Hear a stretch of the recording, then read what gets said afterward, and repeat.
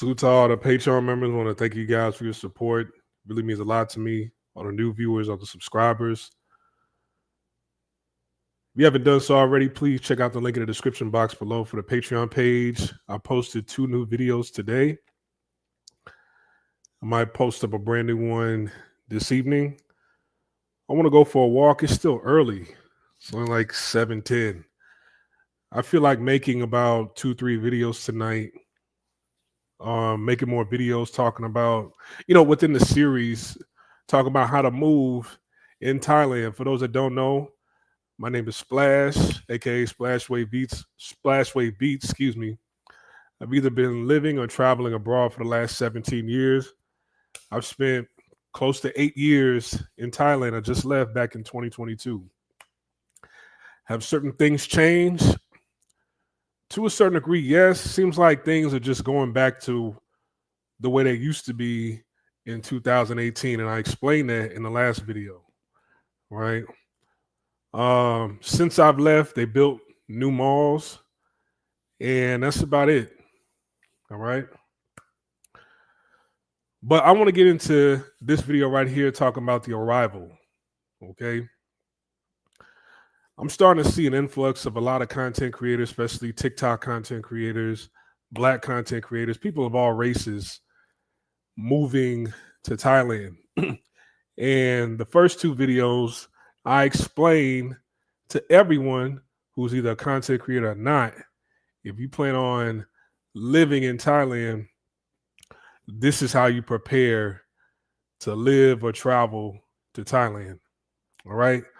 So in the third video, we're going to talk about the arrival. The arrival preparing for the arrival starts at home. What's the most important items you need to have with you upon your arrival? Okay. Number 1, to be on the safe side, you need to print out your bank statement. All right. When I first went to Thailand in 2014, they were asking for bank statements. And this was when I was arriving on a tourist visa. I didn't have a work permit. A work permit, they may or may not look, or they may or may not ask for a bank statement. But now it seems like, I don't know how it is now.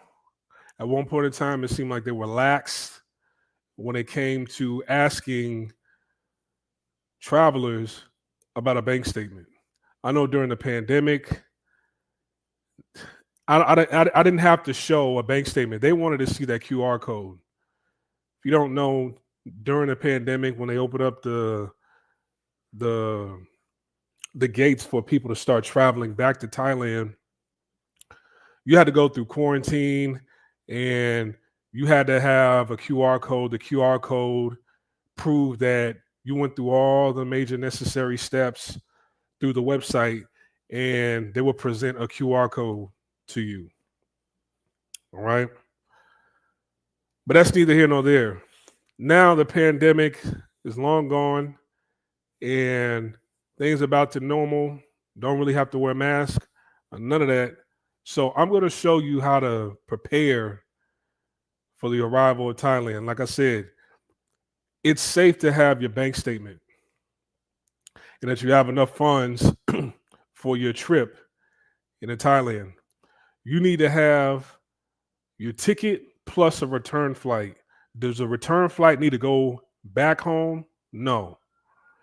The return flight could be to Laos, Cambodia, Malaysia, Singapore, Vietnam. As long as you have an incoming flight and a flight going out, they don't care where you go. All right? They just want to know that you're not going to overstay your welcome. Even if you plan on getting a visa, a student visa, it's safe to still have a return flight no matter what. All right? If you have the little bit of money to spend, even if it's you plan on getting a student visa, staying for 4 years, book your flight, book the return flight back home. You can set it for 1 year. You can set it for 2 years. You can set it for 4 years. If you plan on staying a little bit longer, you can always make the adjustments, right? If you have a flight that's a year out or 2 years out, and you're thinking, okay, around about the 7 month mark, nah, I see myself staying here even longer. You could always call up the airline, probably get credit for that ticket, or just pay for the adjustment to adjust the date. All right. You don't have to throw that flight away. But if you have it like that, or you're still on a budget but you plan on staying, you can book your flight, your return flight to a neighboring country. It'll be much cheaper. But like I said, bank statement, booking your flight, incoming flight, return flight. All right. And it's very, very, very important to have a pen on hand. All right. Have a pen, because they got those TM6 forms that you have to fill on the plane. And there's going to be so many people on your arrival, depending on what time you show up. There's going to be so many people on the plane. Other planes are landing. It's probably going to take you hours to get through customs. All right.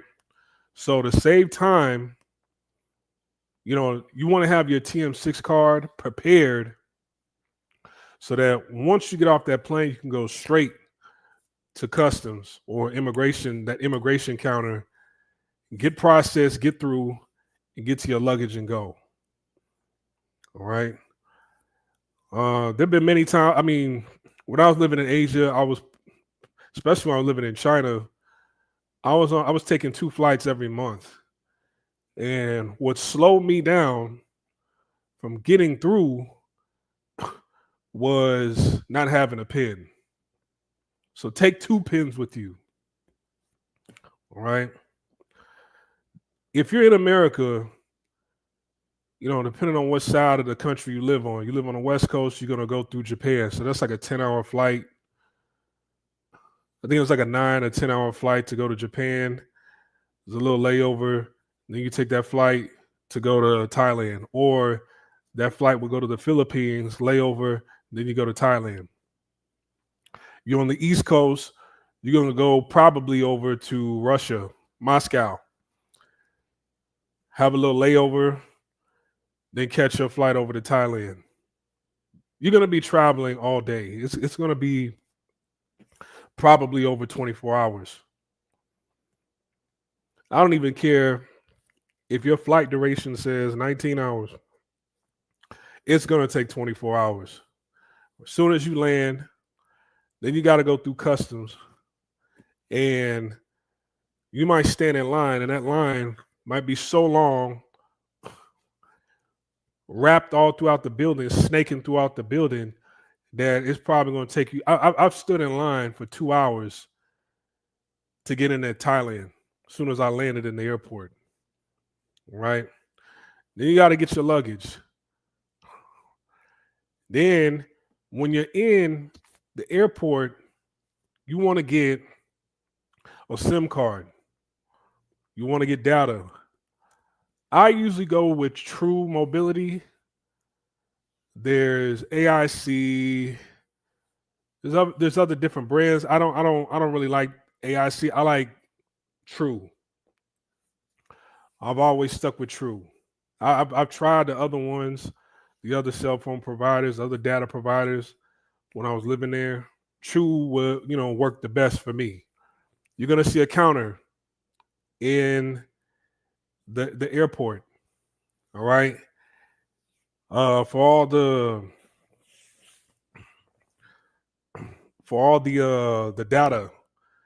the data for your phone. All right. You're gonna see different counters. You want to go through True.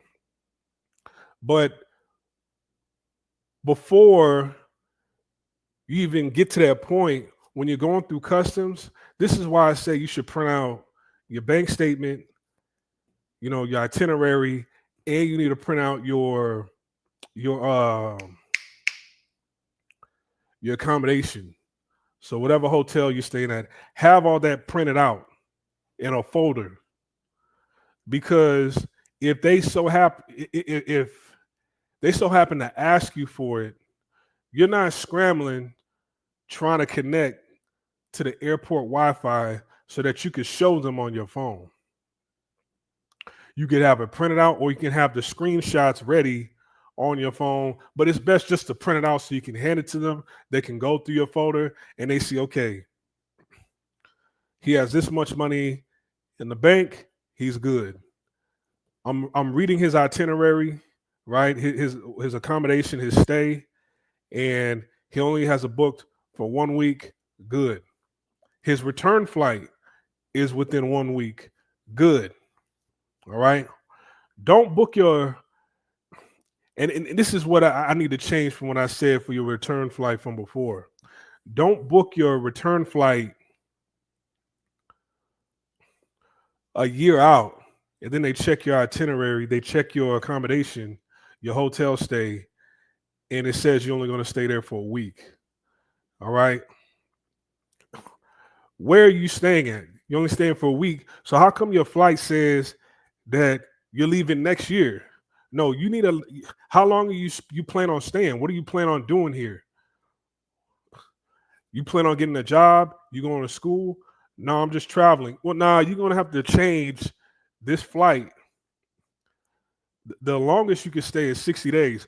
You're gonna have to change this to 60 days. That's why you kind of have to let them know up front.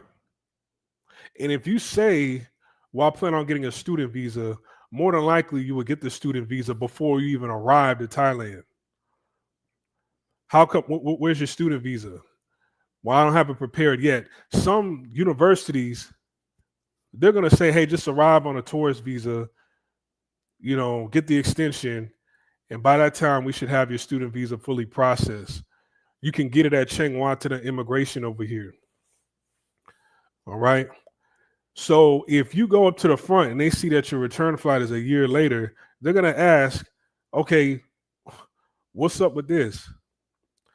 Well, I'm going to school over here. I'm going to university. Okay. Do you have your transcripts? Where's your transcripts? Where's your documents from the university? Bam, you need to show that, because they're going to give you that. They're going to give you something to give to the immigration officer in Thailand. The one thing about Thais that I can say is that they always have somebody at some institution, whether it's a learning institution or a business, they always have somebody designated for, immigration. There's always some sort of immigration liaison, a go-to person at the job that handles all the immigration process and paperwork for all the workers or students there. Right? They're on top of that. They have to be on top of that. If they want your money, if they want your business, they want your services, they're going to have to make sure that your paperwork, your documents, and your visa is where it should be, where it's supposed to be.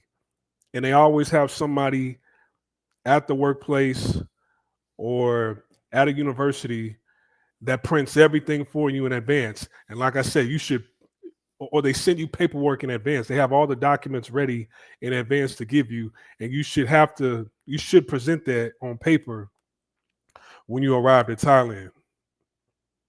So when they see, okay, your return flight is next year. What do you plan on doing here? I'm planning on working, getting a B visa. Okay, where's your contract? Show me your contract. The company that you work for, they're going to provide that for you. All right, cool. Welcome to Thailand. Your return flight is next year. What do you plan on doing? I plan on going to school. Do you have any documents from the school? They're going to give you documents in English and in Thai. And they're going to say, oh, okay, cool. Welcome to Thailand. Right? You're not going to have a work permit ready as you arrive to Thailand. It doesn't work that way. You have to get it processed while you're in Thailand because you have to show where you're living at. Part of you getting your visa and your student visa is showing your address in Thailand. Does that make sense? You cannot complete a visa, a work permit, or a student visa unless you have that contract, on where you're staying attached to your application. You're not going to get a student visa before you arrive. I mean, you could, but like I said, you got to see the housing for yourself before you arrive. Okay? So don't get discouraged if you're going to show up on a tourist visa anyway, but you're going to have paperwork. They'll handle everything for you. They're on top of things from my experience. You arrive, you have all your ducks in a row, you have everything in order. All right. While you're in the airport, I would go to True Mobility if I was you. That's just me. You can pick whatever data plan you want. If you don't plan on staying that long, they have, like a 1 week special that you can get. They got a 1 month special that you can get. And then if you plan on staying even longer, you could change that over as soon as you go to the mall. Remember, everything I'm telling you is in the mall. Food, gym, grocery store, movie theater, Muay Thai gym. It's all in the gym. It's all in the mall. Arcade, it's in the mall. You want to play basketball, it's in the mall. Everything is in the mall. All right. But anyways, as soon as you get your data of choice for your phone, I wouldn't worry too much about getting an Uber depending on the time of day. Because as you can see in the background, yes, this is AI. But that's really pretty much how it looks at Savannah Boomi Airport. You land at Savannah Boomi Airport, there's going to be a bunch of these taxis. So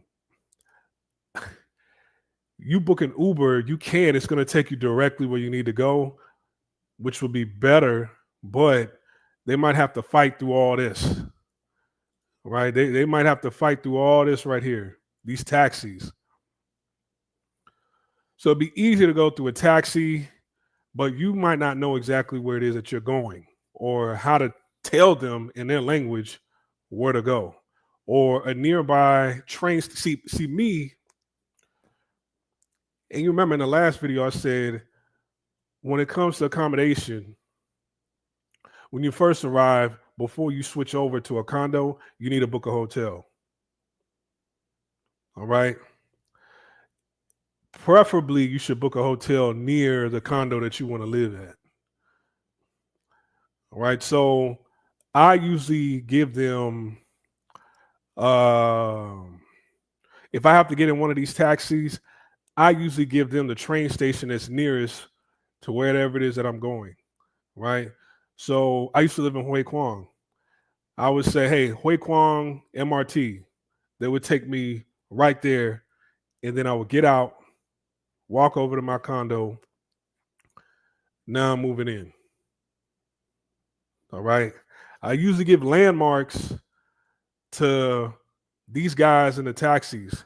Usually green, yellow, or pink. I think some of them are blue also. They're different colors. But with an Uber, you don't have to give them a nearby landmark.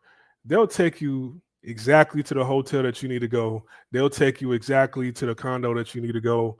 Wherever it is that you want to go, they'll take you directly there. You just might have to wait a little while because they probably have to fight through all this, or there are Uber drivers already waiting. Okay? There's Uber drivers already waiting. When I first moved to Thailand back in 2014, I don't even think Uber was around like that. I don't remember. I know they had Grab Taxi, but I didn't figure out about Grab Taxi until later on after I had moved there. So I was taking these taxis everywhere. And me personally, I don't like taking these taxis because I get car sick in these in Thailand's taxis. Why? Because they have their fuel tanks in the trunk. And I really feel like the fumes from these fuel tanks seep into the main cab of the taxi. All the taxis, they have like a weird smell to them when you get in. So whenever I take these taxis, I have to ride around with the windows down. But even then, I still feel sick. I've never actually thrown up while in the taxi. I've almost thrown up, but I always get car sick when I get into these taxis in Thailand. That's why I like taking an Uber. It may not affect everybody the same. That's just me. All right. Get into your taxi, get to your destination, your hotel, check in, and get some rest. All right. You're probably going to sleep for about 9-10 hours after you arrive. And then by the time you wake up, it's going to be nighttime and it's going to take you a while to adjust. Which, if you're only visiting, that's good for you because that's probably why you came to Thailand in the first place, was to hit up the clubs, to hit up the nightlife. So you up all night anyway. But if you plan on staying there long term, it's going to take you a while to make the adjustment. You're going to be jet lagged for about a week, 2 weeks. It's going to take you a week or two to adjust to their time zone. All right. So that's all I have as far as the arrival. Check into your hotel after you get some rest. Make time on a weekday or whatever time is available to go look at the condo that you have in mind. Remember, go to the last video that I told you about. Go to DD Property. Look at condos. Don't reply to them. Don't reply to them until you have arrived. Right? As soon as you arrive, reply to them. Schedule a viewing that day. See what the neighborhood and the surroundings look like. I'm telling you, some of them are going to look totally different when you arrive. You're like, okay, damn, I'm glad I didn't give them any money because I don't want to stay here. As a matter of fact, if you have your hotel booking, if you're there for a week, let's say you got the room for a week at your hotel, right? You fighting through your jet lag, you fighting through sleep to stay up during the day so that you can look at condos. Man, I would focus on getting in a cab and driving to different areas. You see what I'm saying? Remember, I always told you, position yourself next to major malls. Central Westgate, the Nonton Buddy. Okay, Central Westgate Mall. Mega Bangna Mall. Okay, Future Park Mall. All right. The Street Rachida Hui Kwang Mall. Or Central Rama 9 Mall. Down that whole strip, you can find a condo somewhere along that strip, not too far away. Icon Siam or Samut Sakon. I showed you guys these areas in the last video. Position yourself, and there's brand new malls that have been built since I was last there. Position yourself next to a mall look at the areas. They give you a map on DD Property, and then don't send any messages to them. Don't send any messages, right? Look up the listings. Look at some of the spots. See if you like the pricing.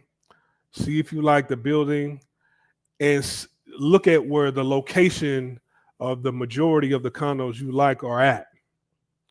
Then go to that neighborhood and see if you can see yourself living there. Your first, excuse me, your first condo that you choose, it's going to look totally different to you once you get used to the city after the first year. After the first year, you might have said, hey, man, you know what? I made a mistake. I don't know why I chose this spot, but I'm glad I took the time to stay here for a year. Now I know where the best spot to live in for me in Bangkok. All right. I got lucky. I got very lucky. And I got Hue Quang. I went from Hue Quang, and then my second condo was Bang Na, and then my third condo was in Bang Na. I had 2 condos in Bang Na. I stayed over in Bang Na for 2 years. All right. And remember, Bang Na, that's a good spot because Mega Bang Na, the mall, that's probably one of my favorite malls to go to in Bangkok. They have an IKEA over there. Central Westgate has an IKEA also. So Central Westgate and Mega Bang Na Mall, both of those malls have IKEAs. They're on 2 opposite ends of the city. So you make your pick. All right. Hey, man, I'm over and I'm out. You guys take care. I'll see you guys in the next video. Peace.